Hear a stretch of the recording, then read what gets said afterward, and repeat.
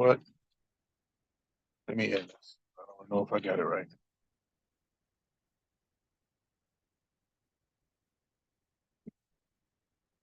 Okay.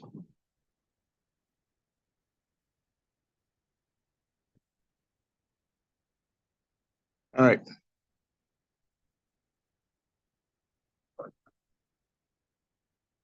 Oh, and I got rid on today.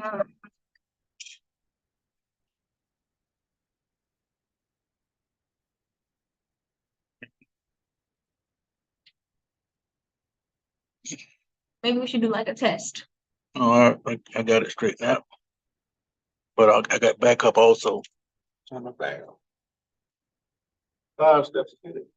Okay, let's make sure because the school year's over, sir. Huh? School year's over, sir. The school year's over. I mean, to get more footage if it don't work. You're not coming back tomorrow?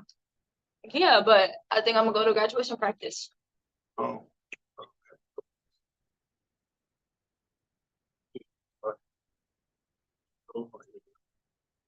That's so long since I fooled with it.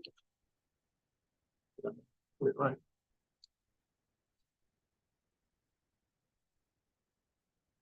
Which It's still a little cut off.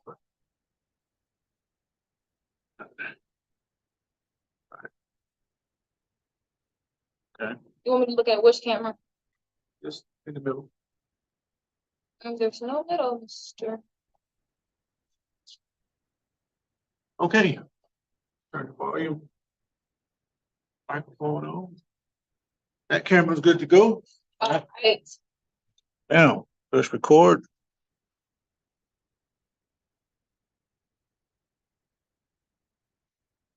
See? Huh? Maybe I do know what I'm doing.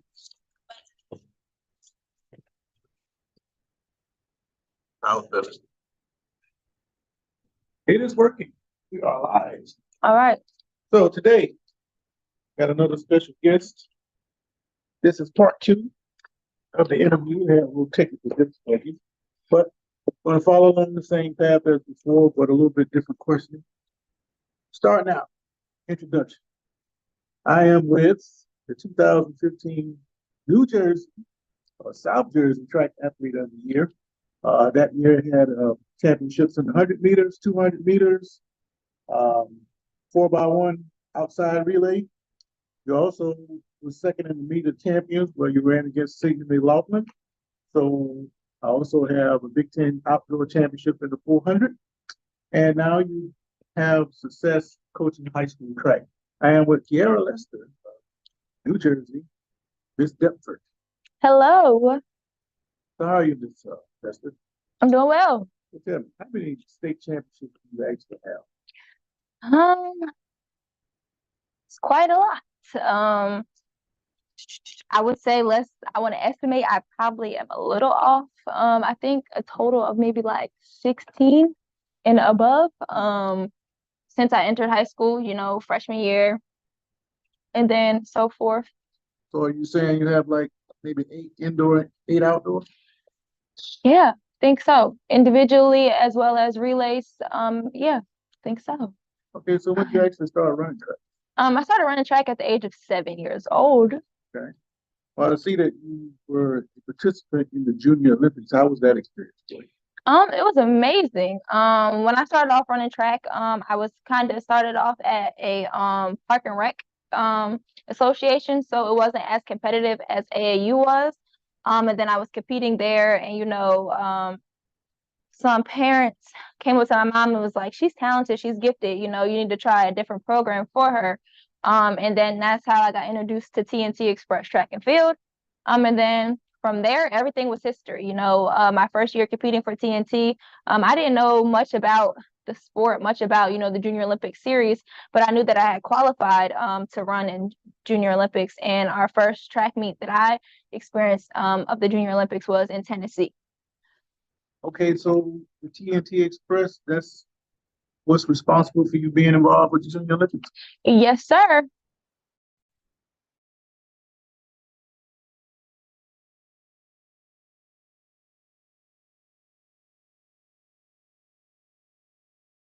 scam call. You had an exceptional high school career. How much do you attribute your success to hard work, or do you think you just had pure talent? I think a little bit of both. I think I've definitely a lot of it does come from, talent, but talent only takes you but so far. At least I believe so. And I think, the hard work is definitely the other piece. Separating yourself, from your friends sometimes when in high school, they want to go out, they want to do things, or, there were different family events or friend events that I could attend, birthday parties, and I had to, miss those things for track. And definitely just putting in the hard work for me in high school. My mom told me that she wasn't paying for college and I had to figure it out. So for me, I know that I put the extra work in, working out with the boys, making sure I went to lift sessions and doing extra things that was going to, push me to become better. Okay, just looking at the general differences between, say, New Jersey and here in Florida. You guys are pretty much year round up there, not quite as much here. Do you think maybe that there's a burnout level there at this point? I would say yes and no. I feel like it's different when you're in love with the sport. And for me, that's what I was. I fell in love with the sport, like I said, at age 7. So I looked forward to competing, I looked forward to competition. I look forward to being around my teammates, my friends. So for me, not necessarily. Now, as on my body, I would say yes. There were points in the season where I was tired. There was points in the season where, I didn't want to go to track meet. I was over it. But I think, the thrill of just being able to compete and being in that atmosphere, that kind of, in a sense, saved the burnout. But yes, there was times where I was burnt out. Here, let me read you this quote. You said it is not so much that I hate the 400, it's that I hate the pain after 400. What do you mean by that? Um, the 400 has definitely been a journey. When I started out running track, I was a sprinter. So it was strictly hundreds, 200s, 55-meter dash, and I was long jumping. It wasn't never really in my history of running where I was a 400 runner. It didn't really come about until, I was in high school my freshman year and I pulled my hamstring. And I had to regain my strength. So the coach, threw me in the 400. But even in that time span, it wasn't really where I knew exactly how to run the 400. I was just doing it based off of, like you said earlier, talent. And just the fact that, I was well in shape for it. But to say that I knew how to break down a 400 and know how to exactly run it, that was never the case. I didn't really get to learn that, I would say, maybe until like my junior year of college. So Okay, we'll get to the college experience, but I noticed that you have the indoor outdoor experience, the Junior Olympics. You had everything on there except the Garden State Games. Me, I actually ran the Garden State game once when I was living in New Jersey with the military. So, do you have any experience with the Garden State Games? no, sir. You managed to avoid the Garden State Games. I'm not sure. Okay, well, with your success you had in high school, you have a lot of schools who probably wanted to have you go to their school. Why did you choose Penn State over all the others? Truthfully, it came down to, the relationships that I built on my visit. Penn State definitely was not my number one choice. It was definitely back and forth between Penn State and Tennessee. However, though, I remember, my coach at the time, Aaron Tucker, just the relationship that we built on my visit. It kind of left the impact on me, even through the whole recruiting process of, going to the 5 different schools that I went to. Him just constantly checking on me, constantly seeing how my visits were, and just constantly leaving that door open of, open communication where no matter where I choose, he'll still be there for me. So I think that definitely helped make my decision a lot easier. But then also, my recruits that I met on the visit, my hosts, when I met them, they kind of took me under their wing immediately. And I think that definitely made it an experience. Yeah, so I think that's why Penn State. Well, speaking of being a host, talk about your teammate and training partner, Alexis Holmes. Yeah, Alex. Pretty much when Alexis came on campus, we knew her accolades prior to when she was there. And like I said, I was Alexis's host. So taking her around campus and showing her, talking to her, we immediately clicked. And a lot of people, on the visit messed with us and said, hey, you guys look like sisters. So we get that a lot every time we're around each other that, we could be related. Even still, it's as deep as we probably are related. Alexis' last name is Holmes, and that's, my mom's maiden name.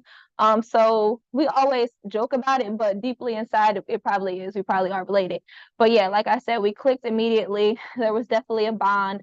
And just somebody that, I could take under my wing, show her the ropes of college. And it's been history ever since with us. Okay, now you steadily improved while at Penn State, and you ended your career with an outdoor 400-meter title, and you PR.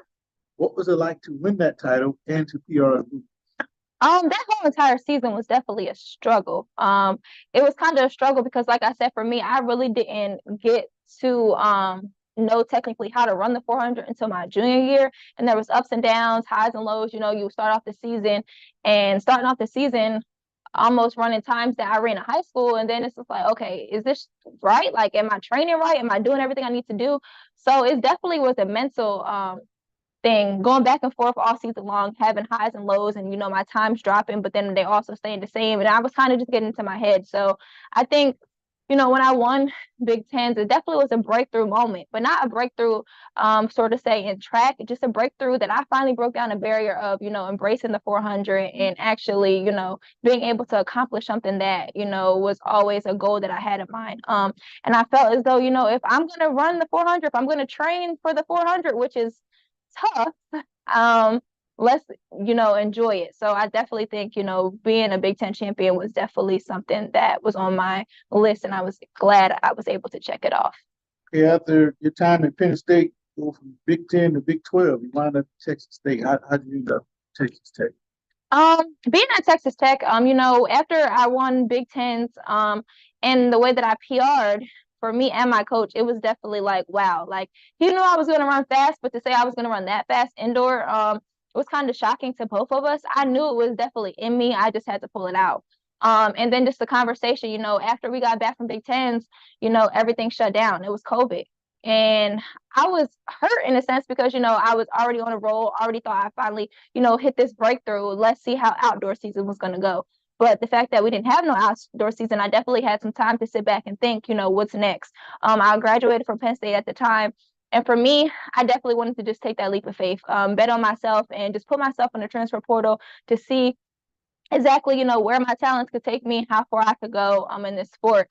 And, Penn State is more of a distance school. We got sprinters over time and we were starting to build that. However, I definitely wanted to get that experience being at Excalibur Sprint program. Okay, so now you're currently coaching at Westside High School in Jacksonville. I understand that your head coach, Gummer, is ecstatic that you arrived. But question I have, there's a big difference between the way New Jersey runs things and Florida. So what surprised you most by coming here and learning how Florida does things? For me, I definitely think the state series. For us, we go sectionals, we go states, and then we go meet of champions. Meet of champions is, everybody in New Jersey coming off battling the best of the best, who is the fastest in New Jersey. Whereas, Florida, it's like they have states, but each region has their state. And for me, that's not really telling me who's the fastest in Florida. I think the difference between us is like we have a little more bragger rights. I won meet of champions, so I'm the fastest in this state. But if you say in Florida, you won state, that's cool. But yet you could have had somebody else in another region at states run a faster time. So technically, you're not the fastest in the state. So I think it's a little bit different. Something I definitely had to get used to just when it comes to their state series, how many athletes they can qualify, how many events you can run, and different rules I'm getting used to. But definitely, I think as far as the way we do it in New Jersey, it's just a little bit better. Okay, well, let me clarify with that. When you said region, we have a language crossover here because I have the same thing trying to understand how it's set up there. I believe your group is the same thing as a class here. Group 2, Group 1 in Jersey. Yeah, it just depends on the size of the school. Okay, that is the same thing as they have here as class. You said regions, that's just a certain part of the state. But they do it in classes here because of the population. That's the same thing. Yeah, exactly. But when we do our groups, we have our group state title. So I won, I'm a state champion in group 2, but then my meet of champs, I'm the champion of all of New Jersey. We all come together. Okay, they don't have a meet of champions here. But if you don't win the meet of champions, you don't consider yourself as the group champion anymore?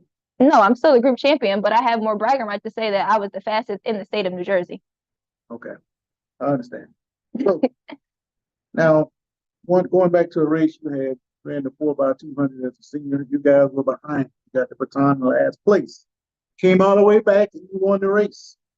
But if it was a qualifying for the state meet, you would not have qualified for the state meet because you're based on times. But when you ran them head on, you were able to defeat these other teams. In Florida, for years, if you ran the top four in your region, you automatically qualified for state. But now they're taking the top times from all four regions, regardless of how you finish, and taking them to the state meet, taking away the head-to-head competition and elimination method that we had before. How do you prefer to get your state champions to your athletes to a state meet? What I tell my kids is, when they step on the track, you're a competitor. So the goal is to be, obviously the goal is to win. But top two, you already know that most likely you'll secure a spot. And that's kind of just the mentality that I feed into them, because you never want to be in a situation where you're on the bubble. I've been in situations where I was on the bubble. They take top 8 and I came out ninth. So that feeling of being last out is definitely, it's a gut feeling like, wow, like I could have been top 8. So I always try to train my athletes, let's go. The goal is top 1, but definitely top 2. So that way you can know you can secure a 5 spot. Well, you seem to have had a good core of girls, junior girls. You did pretty well. And one of them was a hurdler who got 4th place who would have qualified for states in previous years. But as you look at this group of girls, they placed, 8th in the 4x1. What is your outlook for the future with this particular group? For my particular group of girls, when I got them, they were running, 51, 52 in the 4x1. And now, they finished off the season at a 48-1 team. The difference between them, it's just them wanting to work hard, them wanting it bad. I can't want it more for them than they want it for themselves. So I definitely think this group is very young. I definitely, this is my 2nd year with them. So as they continue to learn me, continue to learn the training program, it's only going to get better from here. They have to want it, but I definitely believe, just the fact that they had a taste of states this year, I think we'll be back next year better. So how many girls did you lose? I lost none. Did you lose any girls? Nope. Okay, so what are you going to be doing this summer to keep them on the track of trying to get better? This summer, I'm definitely giving them some time off to just kind of reset, recover. Like we talked about earlier with the burnout, is definitely real. Going from August to August is a year long. Your body is like a car; it needs time to rest, reset. So that's my goal. They can run AAU track if they would like. They can keep going, but my suggestion for them is to take a little bit of time off. But what I've been doing is pretty much keeping them on the cycle of how I was trained in New Jersey, getting them prepped for indoor season. Although we don't have an indoor season here, this upcoming season, I'm definitely going to try to open up that door to take them to a few indoor meets, just so they can get the experience of how it feels. If the goal is to go to college, they're definitely going to be running in some indoor track meets. Okay, just so you know, a couple of years ago, back in 2018, there was a girl here who was a freshman. Her name was Anaya Harper, and she won the 100-meter dash in state. She ran 11.94 back in 2018. So there is some possibility that you guys can actually win state championships, right? Because it's been done before. But in conclusion, what's next for you? Are you finished running track, or are you just designing yourself coaching from this point? Stay tuned. That's all you're going to give us? That's it. Stay tuned. Well, this is Sports Real. I've been talking with Kiara Lester, current coach at Westside High School in New Jersey track phenom. And we'd like to have you on again some other time if that's okay with you. Yes. See you later. Hey, this has been Sports for Real. Back at you another time. Oh, make sure this audio works right now. Works. Been recording the whole time. So what I had, the setting was the setting on this thing was, I touched it by accident and it turned it off. That's how I ended up not having any audio. But yeah, it should be good to go.